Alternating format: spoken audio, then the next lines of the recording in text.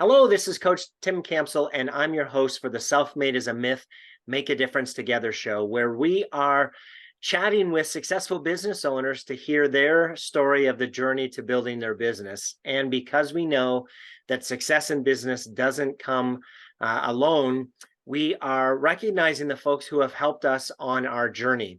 And today I'm excited to have a fellow business owner from Indiana with us. My guest has flown to London more than 150 times in his life. That is crazy. In his downtime, other than golf, he enjoys time with his wife and his 3-year-old son, who's his best buddy. And he's most proud from a personal standpoint of how close his family has remained. He has 3 younger sisters and 7 nephews and nieces, and extended family, and they get together on a regular basis. Today, it's my pleasure to welcome Kurtis to the show. Hello, Kurtis. Hello, Tim. Thank you and good morning.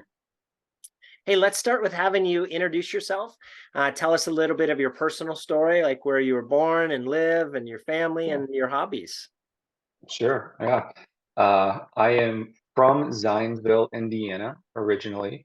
I grew up there up until high school, and growing up as a diehard Hoosier, right before high school, my family moved up to West Lafayette.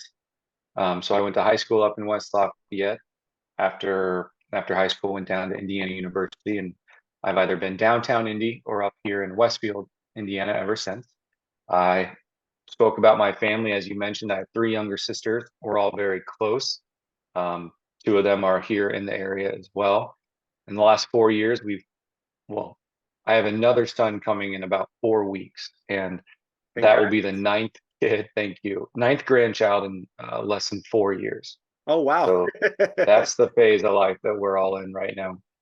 Um, but right as I was leaving Indiana University is when I had an opportunity to become an entrepreneur. Wasn't the plan. That's how my life got me to where we are here. But as you said, I'm passionate for golf, passionate for a nonprofit organization called Young Life here in the state of Indiana that I'm heavily involved in. Um, Big sports Colts fan, and just kind of in that time of life of grinding and having kids. So yeah, yeah, I know you can feel exactly where I'm at, and that's where I'm at. So you mentioned a big Hoosier fan. I love the sign in the background. That's awesome. If you could see the whole thing, it was during COVID when people weren't allowed at the games. Mm. You could pay to get this poster, and it's actually a picture of my son when he was very young. I think he was maybe 1 or less than 1, and so they put that billboard or that poster in the stadium in the seats. So my son technically had season tickets during COVID when no one else did. So Oh, I think that's that's kind of funny. cool. Yeah. Wonderful. So Kurtis, is there a funny story that your family likes to tell about you that you'd be willing to share with us today? You know, I that's a question that I didn't know the answer to, and I asked, and the response I got was not what I expected. Um, it's kind of a weird one, but I'll just share it anyway. And it'll kind of lead into we'll talk about my travel at some point, I'm sure. Um, but there was a point when I was traveling extremely heavily internationally, at least 2 or 3 weeks a month for about 4 years. Wow. And I remember coming home off of a 21-day, 21 flight trip all throughout Europe in the UK. And I remember coming home and my family was all together at a restaurant. And I didn't tell them I was coming home a day early, surprised everyone there. It was real fun. I had 1 Coors Light, and my family has a video of me. I was slurring my words. It's so embarrassing. I didn't know that they thought it was so funny. Well, I knew they did, but I didn't know that'd be top of mind.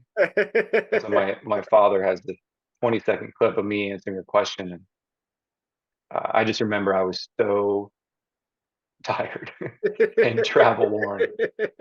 And so, Tim, that was not the story I expected them to say, Yeah. but they love to make fun of me for that, I guess. So I, that's I what. I love it. That's a great story, and now the whole world's going to know about it.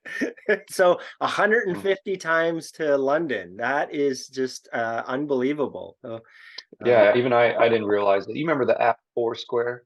Mhm. It was an app where you would check in. Kind of, you do that now, right? But it was Yep. more of that's all you would do. And so I would do that during my travels so that I knew if I had returned somewhere, I could have stats where have I been. Mhm. Um, and yeah, I remember landing at Heathrow and it told me it was 150th time.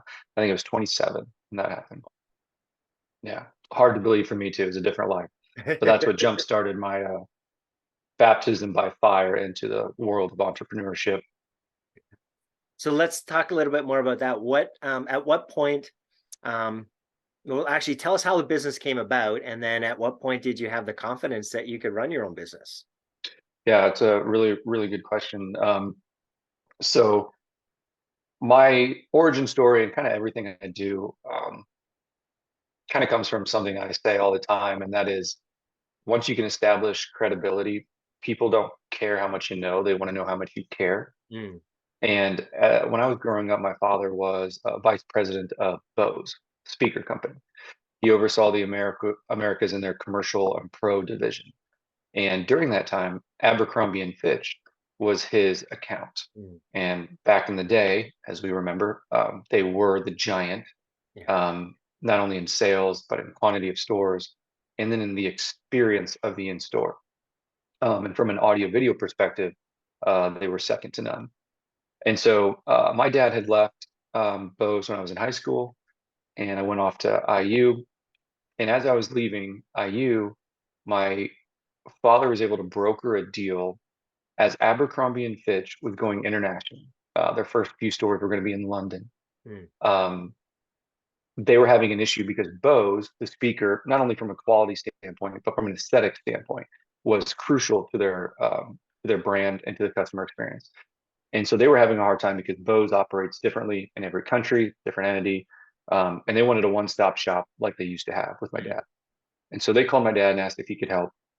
And what he ended up doing was brokering a deal where we would become an audio video integration company. We would become a Bose dealer, just like that, which is not how that works. And in return, we would design, procure, and install Bose in all Abercrombie stores during their international growth. And Wow. in turn, Abercrombie would keep the Bose brand.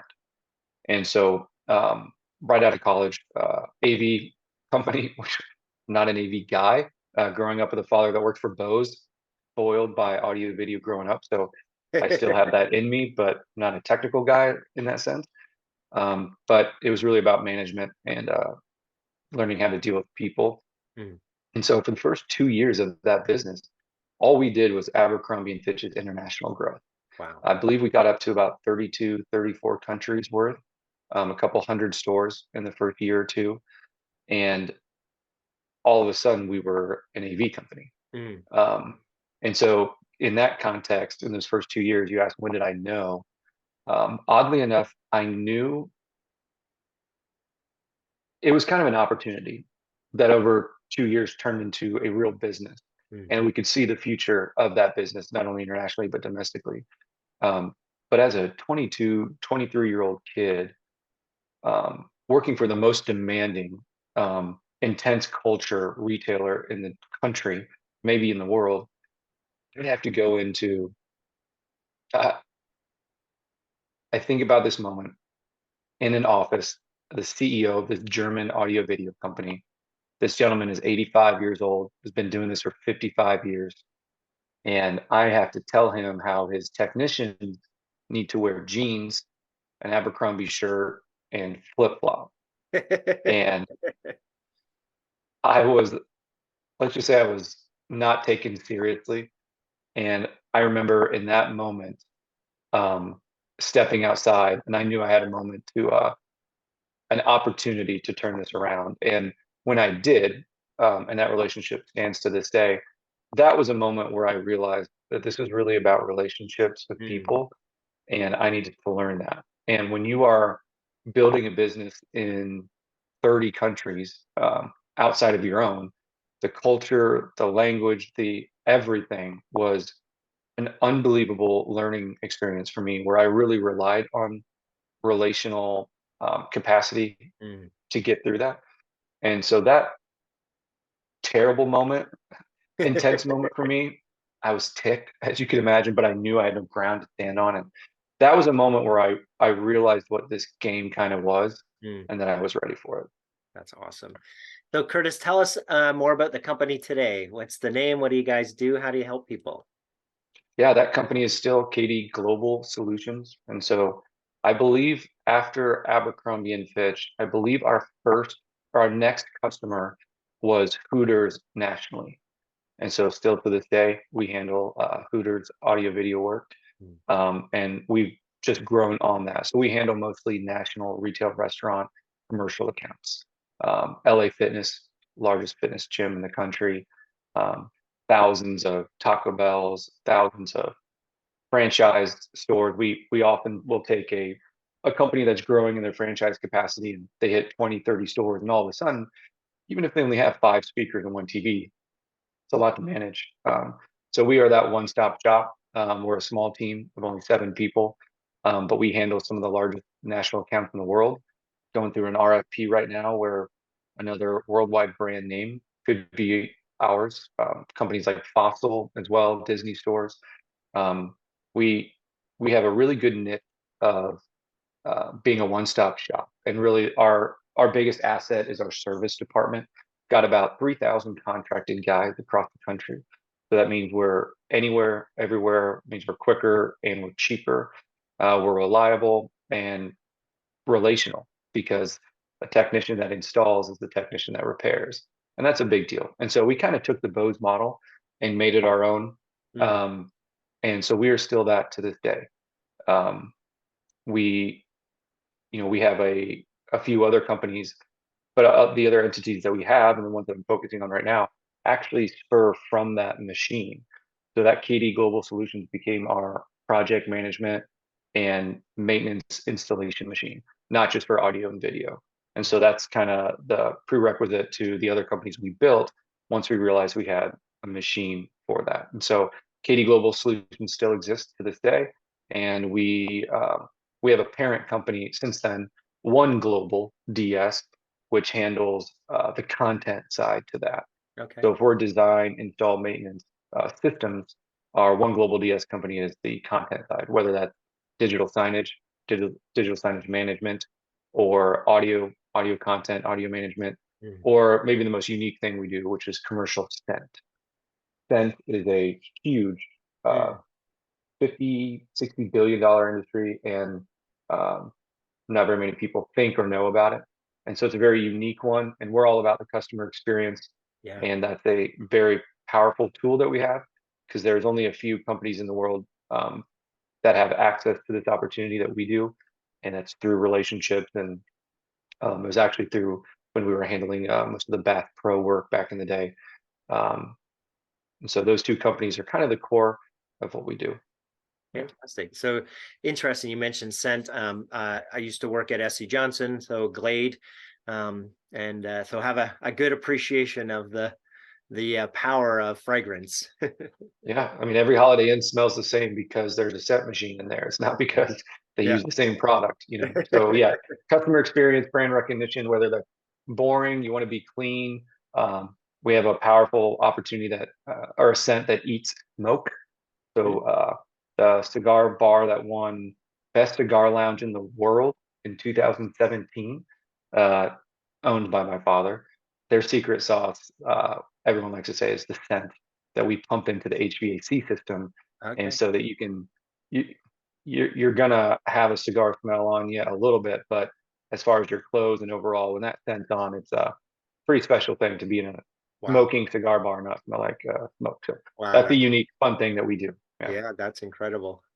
Very cool. So, um, tell us a story where someone pushed you or inspired you that you could do it, even though maybe you didn't think you could, and the impact that that person had on you. Yeah, that's an easy one. I'm going to use an example of actually pretty recently. The kind of the minutia behind what you're doing is, this isn't a walk in the park when we choose this life, um, and wherever we think things are going, they probably aren't. But I'm in a phase where I'm very blessed, and we have a lot of things going on.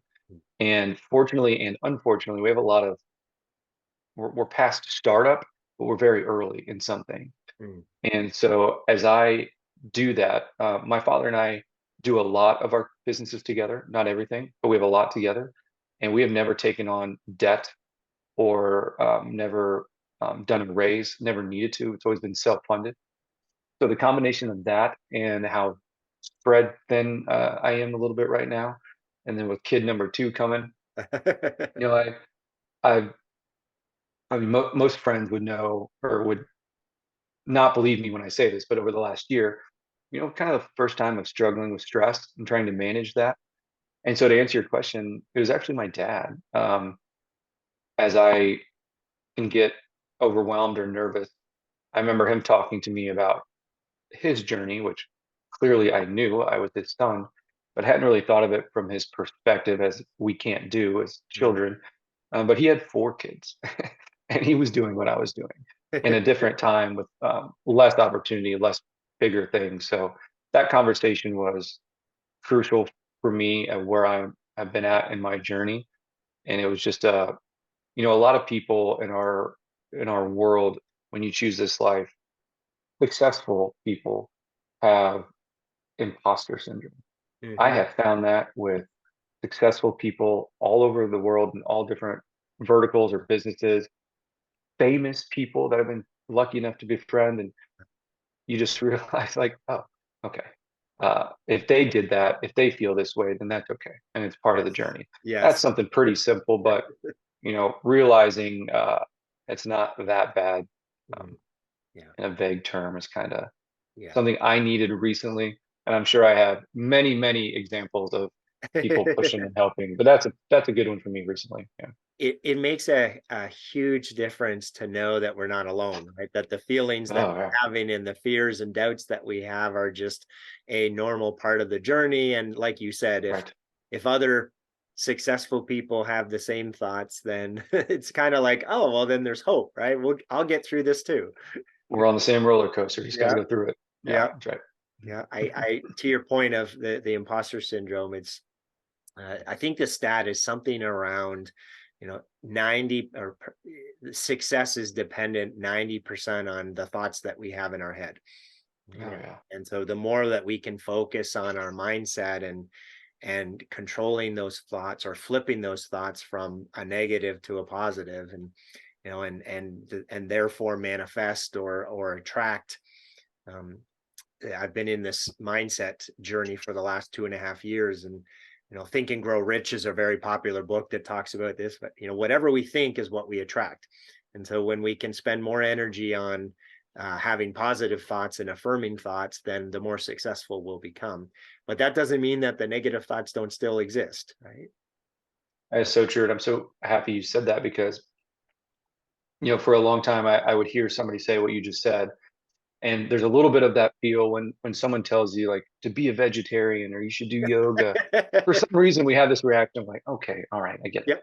Yep. But I think we know that's probably healthy for us. Actually, yoga is incredible for you, right? Yeah. But when people talk about mindset and certainly the word manifest, like before that would put me off. And like, okay, you're successful, you can say those kind of things. Yeah. Yeah. But Yeah. that's not true at all. Manifest isn't you want that Lamborghini and it shows up. It's the mindset. What are you focusing on? And, Yes. biblically as well, right? Like in my world, Yes. my faith, we want God to put on your heart what he wants to, and that puts on your brain, and then that's how you act. So the reality of what it means to manifest, but from a mindset journey, I'm only about a year and a half into that. um, a gentleman named David Meltzer really flipped my mindset world upside down. My father has been an incredible mentor for me, and there are things that I've always had in the back of my brain from how to treat people or how to try to get through life. One of those things, like, life is 90% what happens, 10% what happens to you, 90% how you react to it. Mm. And that's like the elementary version of the reality of the mindset that I'm trying to build and get into now. So Dave Meltzer kind of opened up the grad school version of those kind of things to me. And I love. it's a little cringy at first. You're kind of like, okay, but it's Yep. so true. And especially talking about our journey and the ups and downs, that's where those things guide you and keep you focused. And yeah, it's so important, even if it sounds a little off to some people, but Yes. one of the biggest struggles is having the right people around you. And if you don't have people around you that understand that, then I love what it you may be that difficult. you just shared about it. Kind of being, what are you talking about? I remember when I was first introduced to it, I'm like, yeah, that sounds really foo-fooey.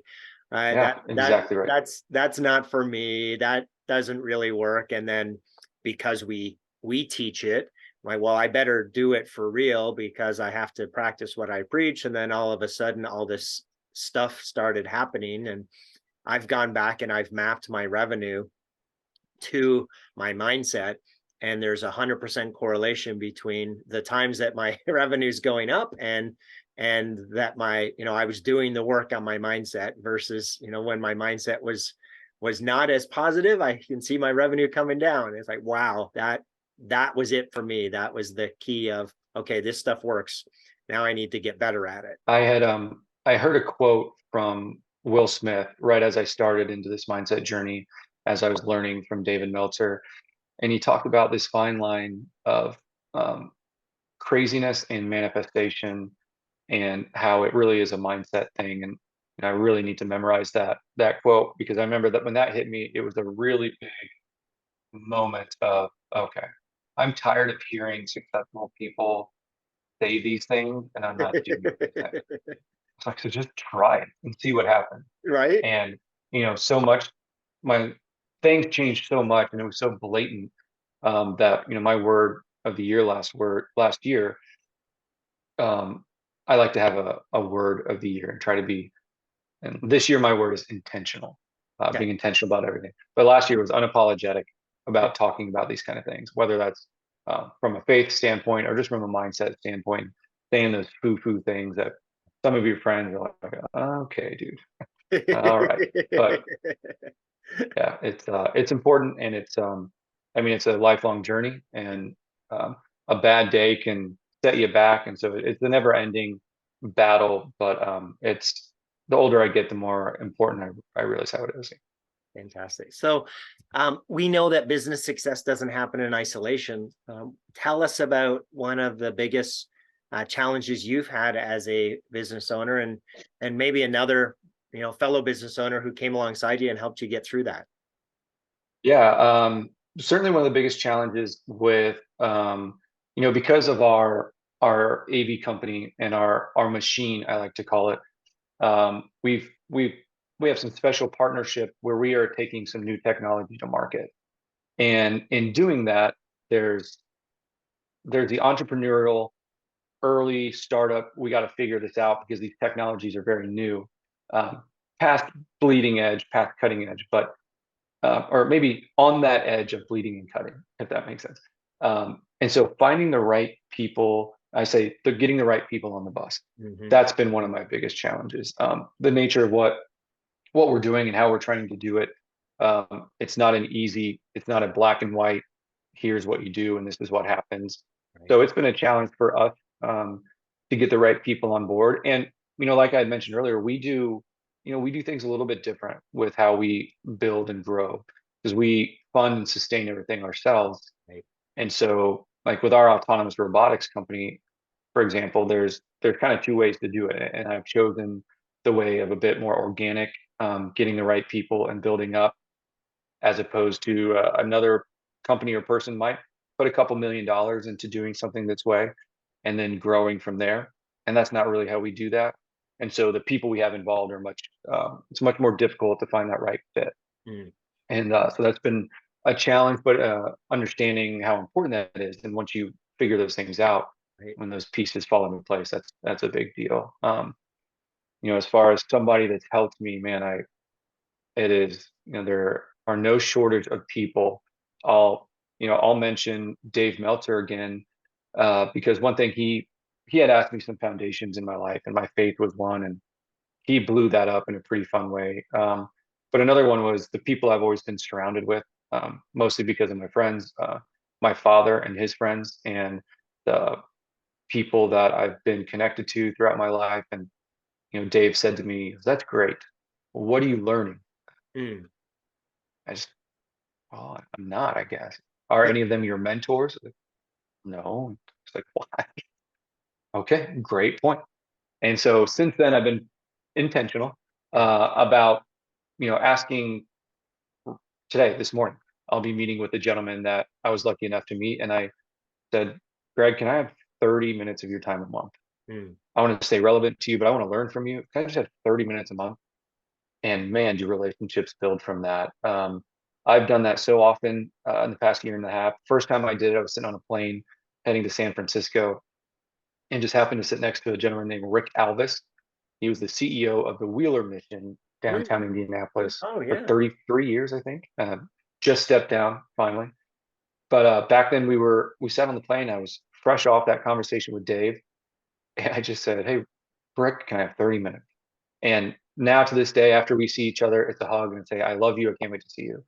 And so there are a lot of people that I can think of. My first boss, Dean, and how detail oriented he is, and that's not me. He's the behind the computer guy. I'm more in the front. I want to be with people guy. And he brought me there to closer to how he does some certain things, and it's so long ago, but that's crucial. Sean Dill is also here in Indianapolis. He runs the Black Diamond Club with his wife Lacey. He's in the past 2 years of my life has been a voice that I've needed as well. Um, but I mean, I could go on, Tim. The people that I have around me, I'm intentional about that, and it's because I know I can learn from them, and they help and they're honest. Um, and once I turned intentional about that, I actually had to be more intentional about my time, Mm. um, keeping those relationships, and so it's uh, it's a unique beast that grows once you start that. So there's a lot of people. I put my father up there, and I'd put my wife up there too. She gives me a lot of freedom to do what I need to do to get things right. So there's a lot of people there. Yeah. Fantastic. What's your wife's name? Jenna, Jenna. Wonderful. And your dad's Jenna. My dad's name is Kim. name? Can't forget that. And my son's name is Grant, like you mentioned. Uh, Soon to be son's name is Miles. Awesome. And yeah, I'm excited. Wonderful. Kurtis, what's been your biggest learning as a business owner? Wow, biggest learning. To be honest, Tim, I know we've talked about it a lot already, but just kind of the nature of the life I'm in. Um, from a business perspective,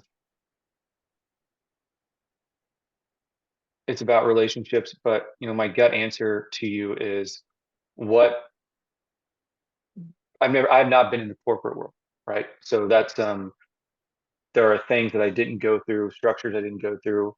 And so when you're on your own and you're responsible for everything, it really brings it back on yourself.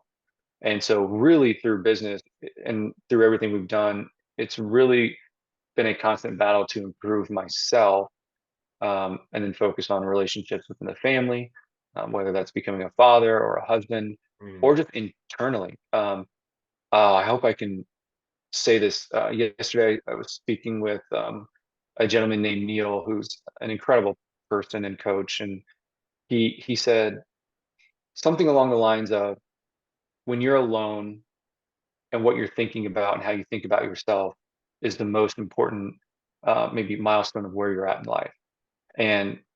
And so we can be super busy all day. We can be doing good stuff, bad stuff, business, whatever.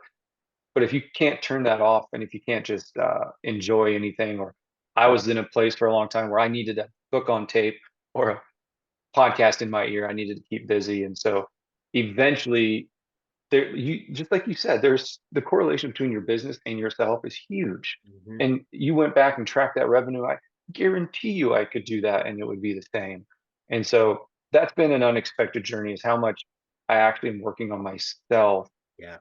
through the business, if that makes sense, especially the last 2 years. Yeah. I love it. It absolutely makes sense. In fact, we have a formula for success. We say it's B times do equals have. So we all want to have certain things out of life. And the mistake a lot of us make is doing, right? We're going to work harder, we're going to work longer, we're going to sacrifice evenings and weekends, Right. but there's only 24 hours in a day. So Right. the magic comes in when we focus on becoming a better version of ourselves, right? Becoming the person that's able to do the things that are required in an efficient and effective way, right? And you mentioned some of them, right? Finding the right team members and getting the right people on the bus, and being able to delegate and inspire and motivate those folks to do more than we could do on our own, Right. right? When we become the person that can do those things, right, in the business, then the business can provide for what we want to have out of life. But if we're not Agreed. focusing on becoming, right, then we get stuck in that, oh my goodness, there's only 24 hours in a day, right? How can I squeeze out another hour and, take time from my family or take time from weekend and not go on vacation? And so I'm excited for you that you've understood that switch and that you're focusing on yourself. So congratulations.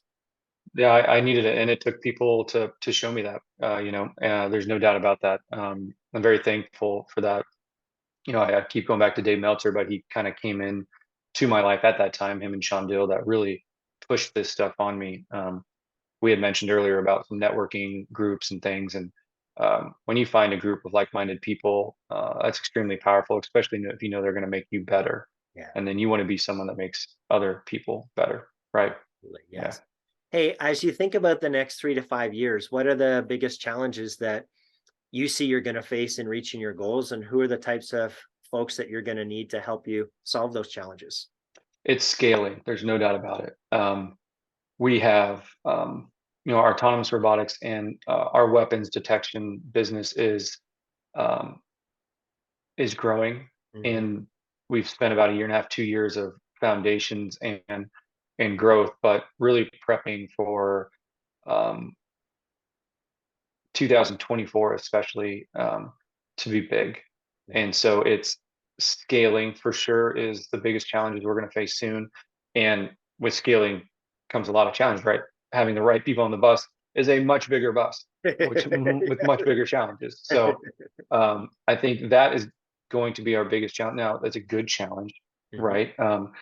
But the challenges that come with scaling as you grow, those challenges are going to come in and be the challenges as well. So it really comes back to scaling, which is exciting, good, Yeah. but that needs to be done right. The culture's got to be right, and we want to do things the right way. And some of the ways that we're doing things, I want to be very forward facing, especially in our state.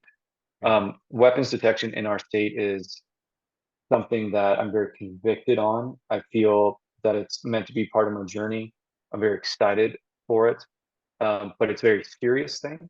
Hmm. Um, and so we'll, we'll have a lot of people seeing what we're doing, um, and that's another thing actually. Once you get involved in groups and you build relationships, and you have whether it's networking groups or coaches or friends, proximity, then you start to feel like, well, they're all watching too, and so you start getting in your head. But it's a scaling issue. It's a bit of a merging a bit better all the things that we're doing as Hmm. opposed to all completely separate. Merging things in a way to be a bit more cohesive, Sure. um, and the seamless family and all the people that we're doing partnerships and working with. It's making sure all those are done in the right way.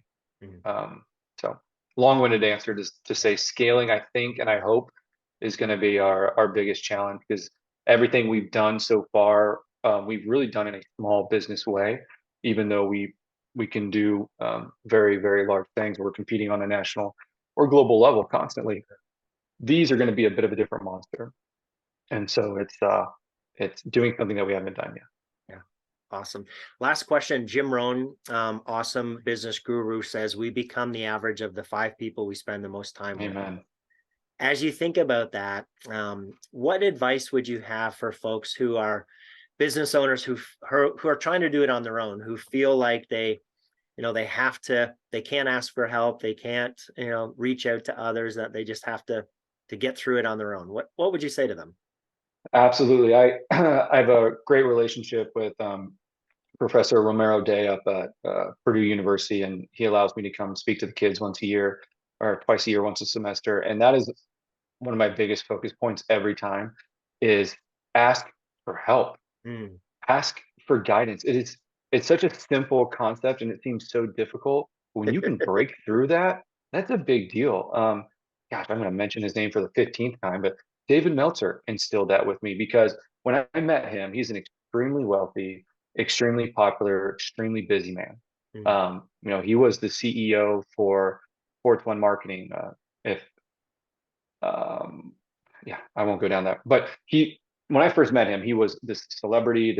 He was a guy I had no relationship with, and in my mind, I'm just thinking like he was giving us all an opportunity to ask him a question. Uh-huh. And so when it came to my turn, like my question was, "What would you ask you if you were me? What is that?" And his answer was so simple. It was, "Ask me for help. What do you need?" Mm. Okay, so you're building an ice cream store. Okay, go find people that have done that, tell them you're doing that, and just ask to sit down, ask to have dinner, ask how you can learn, and maybe you can be of value of them to them too. So it's always a two-way street, but literally just ask. Yeah. It sounds silly, but it doesn't matter what you want to do, what you're trying to do, what you're failing at, what you want to do better. Somebody's doing that. Yeah. Reach out to them. And if it's somebody that doesn't want to talk, doesn't want to help, that's not somebody you want to be a part of anyway. But Right. you'll find those people that will latch on. I mean, this afternoon I have a conversation with a kid I met up through Purdue, and it's a big thing I say at the end is if I can do anything for you, please. I give everybody my information. Dave Meltzer does that. Dave, I bet you gets 2,000 text messages a day, but he genuinely gives people his information. Let me know how I can help Yeah. because people want to help. Yes. And so Yes. the answer is how do you do it on your own? Like you don't, and you can't, Yeah. and there's no need to. And once you can learn that power of asking for help and asking like, how can I provide value to you as well, and in a genuine way, not in a transactional way, that's a big deal. There's no doubt about that. Yeah, I like what you said because a lot of people are afraid to ask for help because they don't want to bother people. Oh, that person's probably too busy. They're not going to have time for me. But what you just said is everybody wants to help others. And yeah, to take that to another level is the most important person to each of us is ourselves. So if somebody asks us to share our journey or our story, right, or how we did something, how were you successful, we're going to love sharing that story, right, because we like to agreed, we like to talk about our journey and the things that have happened, and if it's going to help someone else, that's just icing on the cake. agreed, 100% agreed. Yeah. Kurt, sounds like you've been blessed with some incredible people who have helped you on your journey. If they were all on the show here today, what would you want to say to them? What a great question. Uh, I mean, I certainly couldn't have done it alone. There's no doubt about that. I would just say thank you for your trust in me and your patience in me. I think those are the two things that I've needed the most. And, especially when I was young, as we were building things, working with your father, building things with your father, Mm. it's not until now, as a father, that you can look at things from the other perspective. Um, and you realize when people have given you trust or patience, um, trust in that you're doing the right thing or honest, but I trust and believe in you that you can do this. And so that's what I've been surrounded with my whole life. And that's probably part of the reason our family's so close. So thanks for your trust and your patience. That's a good question, Tim. That's good. Yeah. Wonderful. Kurtis, it's been a pleasure speaking with you today. Thank you so much Thank for you, being on Tim. the show.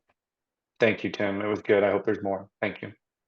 To everyone who tuned in, thanks for listening to the Self-Made is a Myth show with your host, Coach Tim Campsell. Be sure to help us spread this movement by liking the show and posting about it on your social media. And to join us, go to bemadtogether.com. All right, folks, that's a wrap. Make sure to pay it forward, and we'll see you all next time. Take care.